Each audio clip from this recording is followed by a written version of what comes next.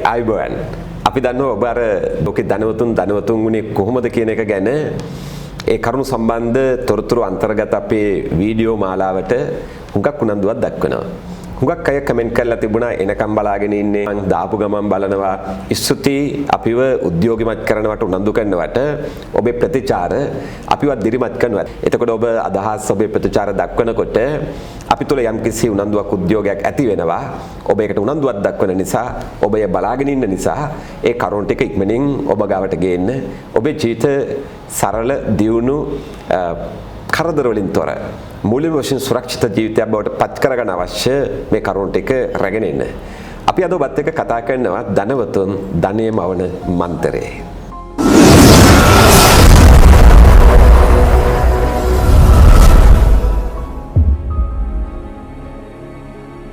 මට අද ආයෙත් අපේ මුල්ම වීඩියෝවේ කියපු කරුණක් ඔබට සිහි කරන්න ඕන.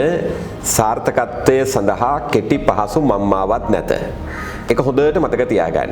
හුඟක් තරුණ දරුවෝ තරුණියෝ විශේෂයෙන් තරුණියෝ මගෙන් අහලා තියෙනවා ටිකක් ඔය ලීසි මුදල් ඉපයීමේ ක්‍රම ගැන. ඔව් එහෙම ක්‍රම තියෙනවා නැතුව නෙවෙයි. හැබැයි ඒවා දිගු කාලීන නෑ. මගේ යෝජනාව තමයි අපහසුව නිවැරදි මාවතේම යන්න. ඒතර ඔබේ ගමන ආරක්ෂිතයි.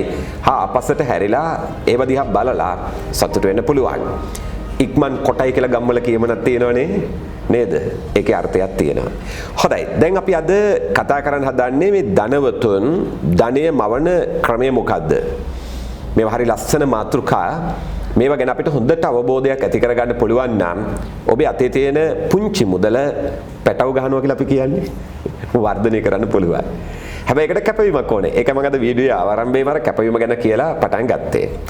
අද මේ වීඩියෝ පළමු වරට නරඹන කෙනෙක් මීට කලින් අපේ මේ සම්බන්ධයෙන් YouTube channel එකට එකතු කරලා තියෙන පෙර වීඩියෝ බලා සිටිය යුතුයි.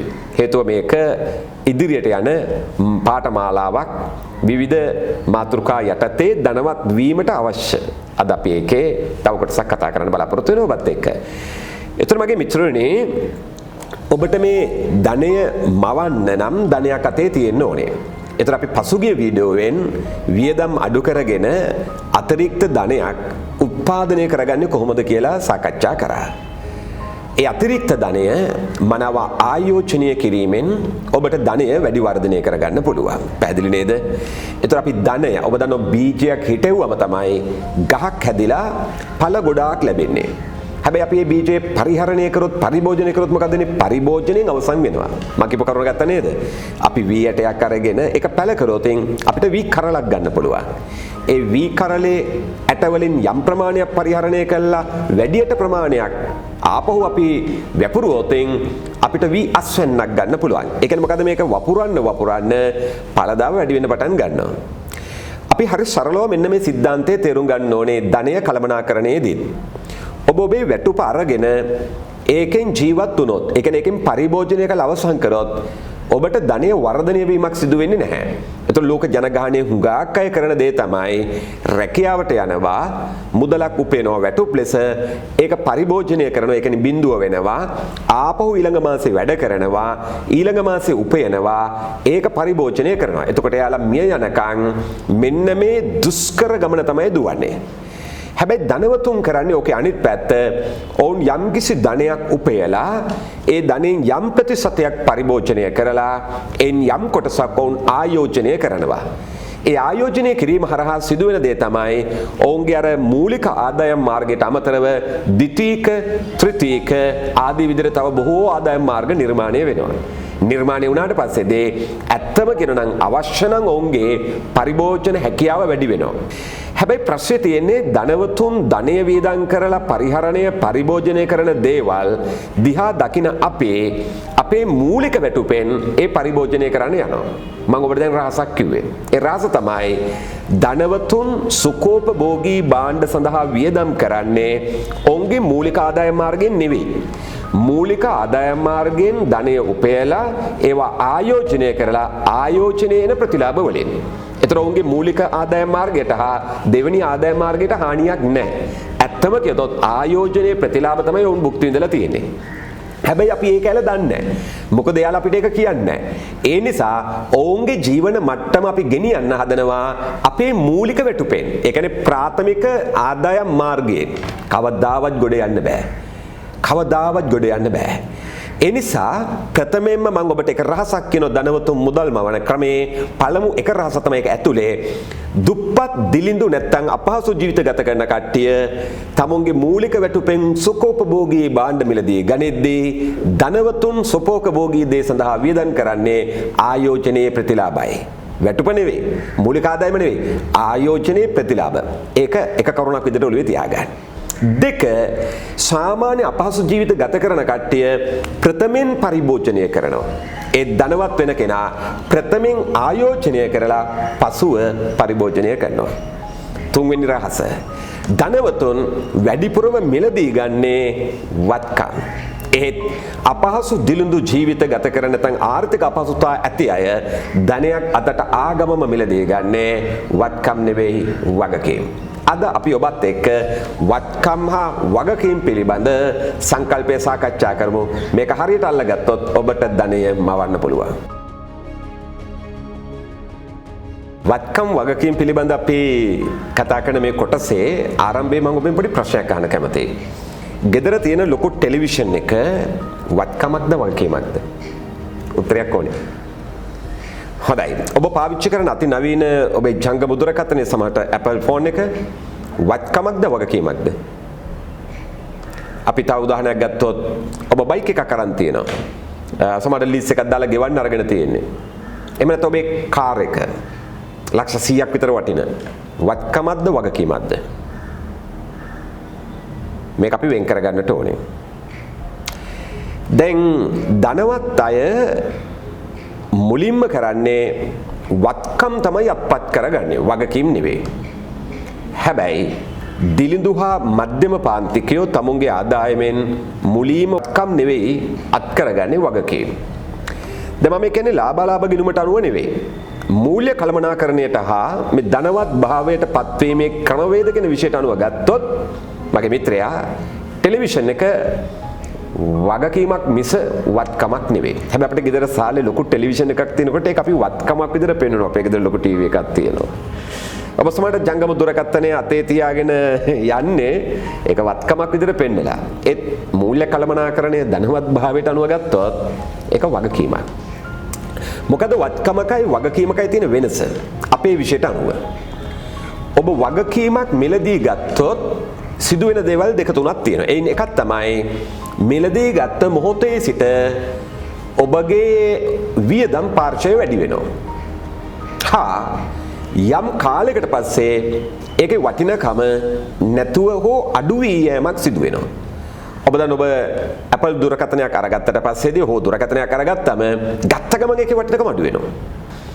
ඒ වගේම තමයි ගත්ත මොහොතේ ඉඳලා වියදමක් නිර්මාණය වෙනවා. කොහොමද වියදමක් නිර්මාණය වෙන්නේ? ඇයි? බිල් එක. ඔබ රූපවාහිනිය ගෙදරට ගෙනා ගමන් මේකේ වටිනකම අඩුයි. යම් කිසි කාලයකදී ඒක ආයුෂ ලයිෆ් ටයිම් කියලා අපි කියන්නේ ඉවර වෙනවා. ඒතර මේ මුදල් ඔබේ 0 වෙනවා, බිඳුව වෙනවා. ඒතර කෙනෙකුට හිතේ කාර් එකක් ලෝකෙ මන් දන්න රටවල් වලින් ගත්තට පස්සේ ටිකක් මිල වැඩි වෙන වාහන ලෝකෙ එකම රට ලංකාව තමයි මං හිතන විදියට. තා රටවල් තියෙන පුළුවන්. හැබැයි ලෝකෙ සමහර රටවල් තිබෙන යම් කලක් පාවිච්චි කරලා පරණ යකඩවලට විකුණනවා. ජපානෙත් එහෙම කරනවා. ඒක බඩ අපි අමතක කරත් වාහනයක් කියන්නේ වත්කමක් නෙවෙයි. හේතුව වාහනය මිලදී ගත වෙලාවෙ ඉඳලා නඩත්තු වියදම්, රක්ෂණ වියදම් නේද මේ ආදී වියදම් ගොඩාක් නිර්මාණය වෙනවා. අපි බලන්නේ මිල වැඩි වුණා වටිනකමක් එකතු වුණා කියලා අර වාහනේ මිල වැඩි වීම පමණයි. හැබැයි අපි ගණන් හදලා බැලුවොත් අපි තව වියදම් වර්ග ගොඩාක් කරලා තියෙනවා. එහෙනම් වාහනයකොත් ධනවත් භාවයේ උපක්‍රම වලට අනුව වත්කමක් නෙවෙයි. එහෙනම් මොනවද වත්කම් කියන්නේ? එතකොට ඔක්කොම වගකීම්. වගකීම් වෙන්නේ මොකද? ඒක ගත්ත වෙලේ ඉඳලා ඔබ වියදමක් දරන්න ඕනේ. හෝ යම් කලකට පස්සේ ඔබ ඒකට යොදවපු මුදල් ටිකේ වටිනකම අඩුවීම හෝ බිඳුව 0 වීම සිදු වෙනවා. වත්කම කියන්නේ මොකද්ද? වත්කම කියන්නේ ඔබ මිලදී ගත්ත මොහොතේ සිට එක්ක ඔබට ආදායමක් ලැබෙන්න පටන් ගන්නවා, එක්ක අනාගතයේ වටිනාකම වැඩි වෙනවා. දෙක තුනක් ගන්න බලන්න එහෙනම්. උදාහරණයක් ගත්තොත් ඉඩමක්. හොඳ ප්‍රදේශයක ඔබ ගෙවීමේ ක්‍රමයට හරි ඉඩමක් ගත්තොත් ඒ ඉඩම ඔබ ගත්ත මොහොතේ ඉඳලා මොකද වෙන්නේ? ඒකේ වටිනකම වැඩි වෙන්න පටන් ගන්නවා. ඒක වත්කමක්. අපි ෂෙයා මාකට් එකේ හොඳට බලලා ආයෝජනය කරොත් හරියට ඒ අදාළ ආයතන ලාභ ලබන්න මොකද වෙන්නේ? ඔබේ ෂෙයාර්ස් වල වටිනාකම වැඩි වෙනවා. ඒක වත්කම. ඔබ ජුවලරි වල මුදල් අය කර යෙදුවොත් රත්තරන් වල ඔබ දන්නව රත්තරන් මේ වෙනකන් වරක ඉඳලා හිටලා පහළට ගියත් ආපහු වැඩි වෙනවා. ඒක වත්කමක්. එන වත්කමකයි වගකීමකයි වෙනස දැන් ඔබට තේරෙනවා. ධනවතුන් මොකද්ද කරන්නේ? ධනවතුන් කරන දේ තමයි ඔවුන් උපයන මූලික ආදායම් මාර්ගයෙන් යම් කොටසක් අයින් කරලා ඒ කොටසෙන් ඔවුන් වත්කම් මිලදී ගන්නවා. වත්කම් මිලදී ගන්නවා. ඒ වත්කම් මිලදී ගැනීම නිසා සිදුවෙන්නේ මොකද්ද? ඔවුන්ගේ ආදායම් වැඩි වෙනවා. උදාහරණයක් විදියට අඩුම ගානේ අපි ගාව තියෙන ඉඩමක වගාවක් අපි වවලා දැම්මොත් ඉඩමේ වටිනකමත් වැඩි වෙනවා. වගාව පළ දරනකොට ආදායමනුත් වැඩි වෙනවා. හැබැයි ඔබ ජංගම දුරකථන ගත්තා කියලා ඔබේ ආදායම වැඩි වෙන්නේ නැහැ නේ. ඔබට දැනට ඉඩමක් තියෙනවා නම් ඔබ ඒක ගෙයක් හදලා ඒක කුලියට දුන්නොත් මොකද වෙන්නේ? ඔබට මාසිකව ආදායමක් ලැබෙන්න පටන් ගන්නවා. ඉතින් මම ඔබට යෝජනා කරනවා දැන් ඔන්න අලුත් යෝජනාවක්. ඒ අලුත් යෝජනාව තමයි මෙතනින් එහාට ඔබ පුදුම විනයක් තබා ගන්නට ඕනේ. වත්කම් මිලදී ගන්නට මිස වගකීම් මිලදී නොගන සිටින්නට. වත්කම් ගන්න. වගකීම් මිලදී ගැනීමෙන් වළකින්න. උදාහරණයක් ඔබේ සාක්කුවේ තියෙන ක්‍රෙඩිට් කාඩ් එක වගකීමක්. පරිභෝජනයට ඔබ ගන්න ණය වගකීමක්.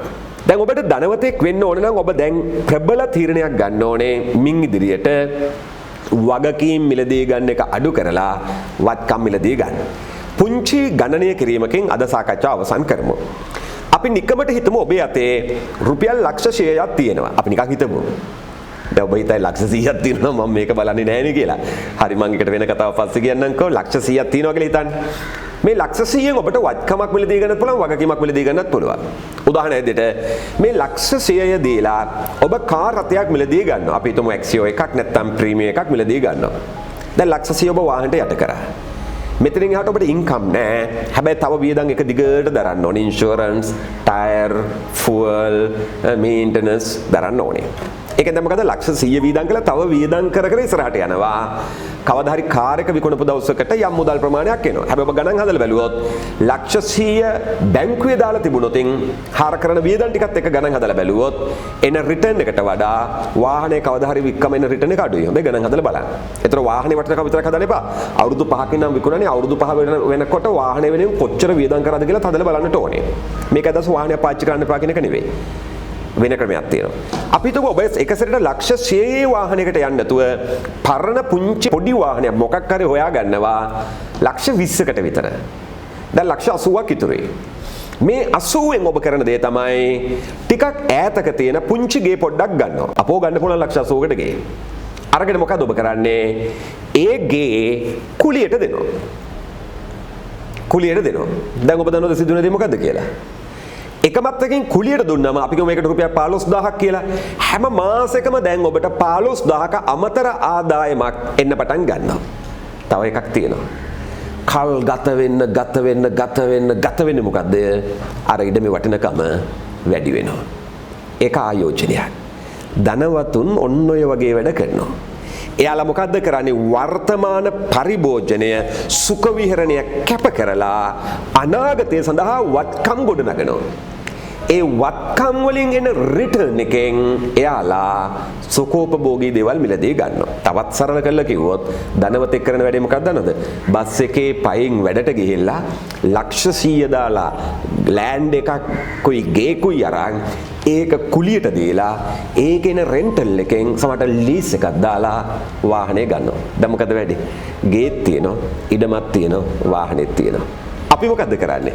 ලක්ෂ 100 දාලා වාහනේ අරගෙන කුලියට අනුන්ගේ තැනක ඉන්නවා. රයිට්. ලක්ෂ 100 නැත්තම් මොකද කරන්න ඕනේ? ආයි තව උත්තරයක්. ඔබට ලීස් එකක් දාලා වාහනයක් ගන්න පුළුවන්. දැන් මොකද ඔබ කරන්නේ? හැමදාම ලීසින් එක ගෙව ඉන්නවා. අවුරුදු 5ක් විතර ලීස් එක ගෙවලිනකොට වාහනේ පරණයි. ඒ වාහනේ විකුණලා ආපහු තව ලීස් එකක් දාලා ඊට වඩා ලොකු වාහනයක් ගන්නවා. දැන් ඔබ මුළු ජීවිත කාලෙම කරලා තියෙන ලීසින් ගෙවන එක විතරයි. ධනවත්තු මොකද කරන්නේ? ලීස් එක දාලා වාහනයක් ගන්නෙ නැහැ. මම මේකේ ලක්ෂ 100 අතේ නැත්තා. එයාලා කරන්නේ මොකද? ලෝන් එකක් දාලා ලෑන්ඩ් එකක් ගන්නවා. ලෝන් එක දාලා ලෑන්ඩ් එකක් ගන්නවා. අරගෙන ඒ ලෑන්ඩ් එකේ වගාවක් හරි ගෙයක් හරි හදනවා. හැදුවා මොකද වෙන්නේ? යාට එකෙන් ආදායමක් එන්න පටන් ගන්නවා. ඕනේ නම් එයා මොකද ඊළඟට කරන්නේ? ආදායමෙන් ඉන්වෙස්ට්මන්ට් එකේ රිටර්න් එකෙන් පරිභෝජනය කරනවා කියලා මම කිව්වේ. ඒ ආදායමෙන් වාහනයක් ලීස් කරලා ගන්න පුංචි වාහනයක් අරකින් ගෙවන්න පුළුවන්. එතකොට රහස තේරෙනවා. මෙයා ලෝන් එක දාලා ලෑන්ඩ් එකක් අරගෙන ලෑන්ඩ් එකේ සල්ලි හම්බ කරලා ලෝන් එකක් ගෙවලා සමහර ලීස් එකක් ගෙවලා එයා ධනවතෙක් බවට පත් වෙනවා. ඔබ දැනටමත් ණයවල හිර වෙලා නම් ඔබ දැනටමත් වත්කම් කියලා හිතාගෙන වගකීම් අරගෙන නම් වහාම තීරණයක් ගන්න ගොඩ යන්න බෑ. ධනවත්තු මුල් කාලේ දුක් විඳගෙන ධනය රැස් කළා ආයෝජනය කරනවා. ආයෝජනයේ රිටර්න් වලින් පරිභෝජනය නැත්නම් ලක්සරිස් සුපෝපභෝගී දේවල් මිලදී ගන්නවා. දිලිඳු අය තමුන්ට ලැබෙන එකම එක වැටුපෙන් සුපෝපභෝගී දේවල් මිලදී අරගෙන ඒවට ගෙව ජීවිතේම දුක්ඛිතව ගත කරනවා. මේ තීරණය ඔබ ගත යුතුයි. අපි ඊළඟ දවසේ කතා කරමු ඊළඟ රහස.